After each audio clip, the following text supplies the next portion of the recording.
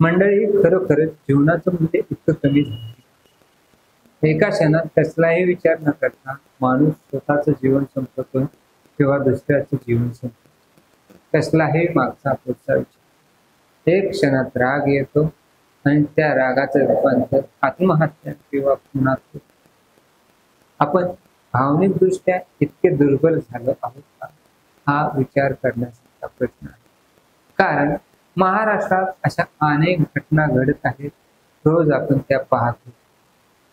Doctor सारखा रुग्णांचे प्राण वाचवणारा व्यक्ती जर स्वतः आत्महत्या करत असेल तर ही निंदनीय आणि दुर्दैवी घटना. एक थिएटर कलाकार जो सर्वांना हसवतो तो स्वतःचं आयुष्य एका क्षणात संपवतो. आणि अशा कितीतरी घटना आहेत ज्या की रागाच्या भरात, द्वेषाच्या भरात आपल्याच सख्या भावाला, वडिलाला, नातेवाईकाला हत्या करून संपवलं जातं. क्षणात हत्या होते आणि नंतर येतो तो फक्त मनाची पश्चाताप, दुसरं काहीच नाही.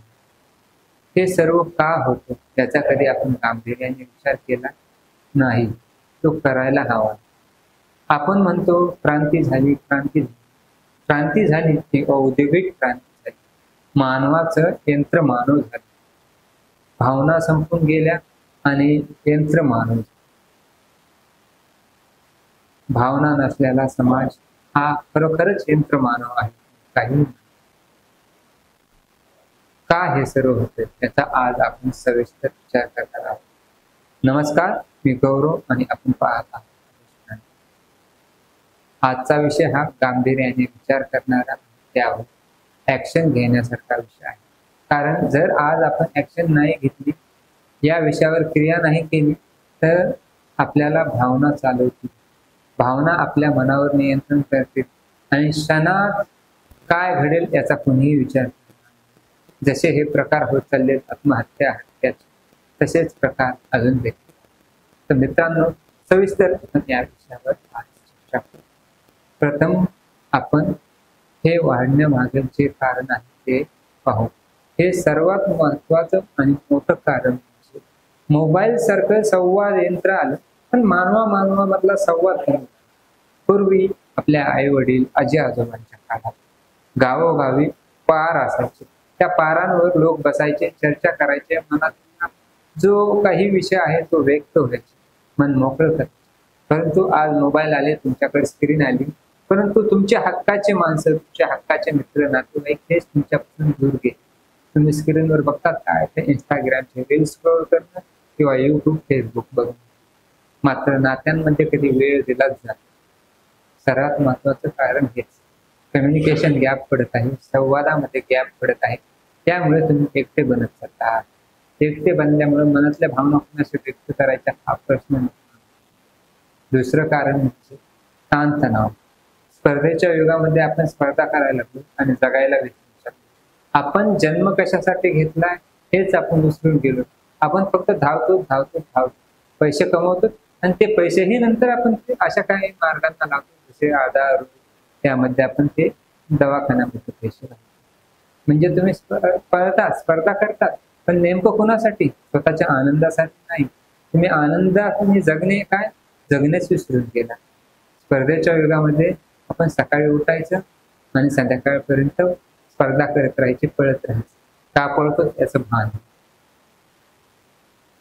आणि तिसरं कारण म्हणजे हा ताणतणाव का येतो?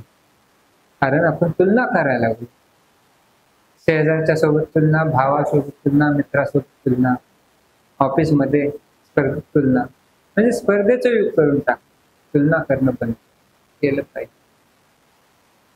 चौथं आणि महत्वाचं कारण, त्या औद्योगिक क्रांतीनंतर जशी हरित क्रांती झाली, हा हरित क्रांतीने तुम्हाला खायला भरपूर दिलं, परंतु ते केमिकल युक्त. आणि पूर्वीपासूनच आपल्या मराठीमध्ये एक म्हण आहे, जसा आहार तसा विहार.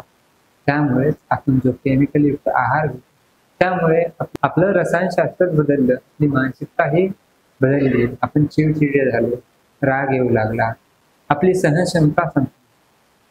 आयुष्य घटलं हा भाग तो वेगळा, परंतु मेंदूवर देखील असे परिणाम झाले. जे आयुष्य 100 वर्षाचं असायचं ते 50 वर्ष.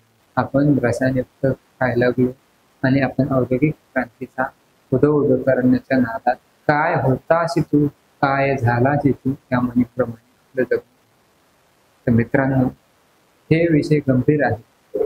आता यावर आपण उपाय शोधले पाहिजे. सर्वात महत्वाचं म्हणजे तुम्ही आपल्या जीवनाचं नियोजन करायला शिका, व्यवस्थापन करायला शिका. जीवनामध्ये सहनशीलता आणा, प्रेमाने वागा, आदराने वागा, नात्यांची काळजी घ्या, नाते जपा. तर हे ऑटोमॅटिक हे सर्व बंद होईल. आत्महत्या. आता आपण उपायांवर सविस्तर. मित्रांनो, प्रथम तर तुम्ही घरी गेल्यानंतर 7च्या नंतर अनेकांच्या चांगल्या लोकांच्या घरात मोबाईल, एक सोबत जेवणं, एक सोबत एखाद्या विषयावर गप्पा गोष्टी करणं मन हलकं होतं. त्यामुळे नात्यात दुरावा येत नाही, नात्यात जवळीक येते आणि आपल्या मनामध्ये काय चाललंय हे आपल्या घरच्यांना, आपल्या नातेवाईकांना माहीत असते. म्हणून तुम्हाला एकटेपणा जा, नात्यांना वेळ द्या. दुसरा उपाय म्हणजे तुम्ही तुलना करणं. मग ती तुलना कुणाशीच नका. आयुष्य एकदाच येते. आयुष्य आनंदाने जगण्यासाठी काय लागतं? मराठीमध्ये बोललं जायचं, पोट भरण्यासाठी काही लागत नाही. ही धावपळ नुसतीच धावपळ. पोट तर सहज कुणाचंही व्यक्त जातं. सोय दिली तर चाराही देव देतो असं म्हटलं जायचं. मग ही धावपळ का? तुम्ही ही धावपळ करता बंद करा. आपलं नित्य कर्म करा. आयुष्यात आनंद येईल असे काम आणि सुंदर आयुष्य. तिसरा महत्वाचा उपाय म्हणजे नैसर्गिक आहारावर भर द्या. प्रोसेस केलेले अन्न आणि रासायनिक अन्न यांच्यावर नियंत्रण, नैसर्गिक अन्नाकडे, आहाराकडे लक्ष द्या. नैसर्गिक आहार आपल्या रोजच्या आयुष्यात वापरा. छोटा आणि महत्वाचा उपाय, जर तुम्हाला एकटेपण वाटत असेल तर एक असा हक्काचा मित्र जपा, ज्याला तुम्ही सर्व काही सांगू शकता. त्याच्यापाशी तुमचं सुख दुःख, मनातील प्रत्येक भावना व्यक्त करा आणि आपलं मन हलकं करा. कारण मित्रांनो, सर्वात मोठी गोष्ट तिथेच एकटेपणा येतो. मनात अनेक राग, द्वेष नसतं, अनेक भावना साठवल्या जातात आणि त्यांचा स्फोट हा आत्महत्या किंवा हत्येमध्ये. त्यामुळे मन मोकळं करायचं. हे सर्व केलं तर आपल्या आयुष्यात आत्महत्या किंवा हत्या करता प्रकार येणार. सहनशीलता बाळगायला शिका. जो माणूस सहनशील असतो तोच आयुष्यात सुंदर आयुष्य जगतो. आपल्या मराठीमध्ये आणखीन एक की जो दगड असतो, जो सहनशील दगड असतो तो घनाचे गाव जल आणि सुंदर अशी मूर्ती तयार होते. तसंच जर आयुष्यात आपण सहनशील, आपल्या रागावर, आपल्या भावनांवर नियंत्रण आणलं तर आपलं आयुष्य नक्कीच सुंदर. त्यामुळे सांगतो, आयुष्य जगायला शिका. आयुष्याची किंमत करायला शिका. आयुष्य अनमोल आहे. आयुष्य हे एकदाच, वेळ निघून जाते आणि पुरतो तो फक्त पछतावा. त्यामुळे आयुष्यात असा पछतावा येऊ म्हणून आपल्या आयुष्याचं नियोजन करा. हे आयुष्य आनंदाने. धन्यवाद.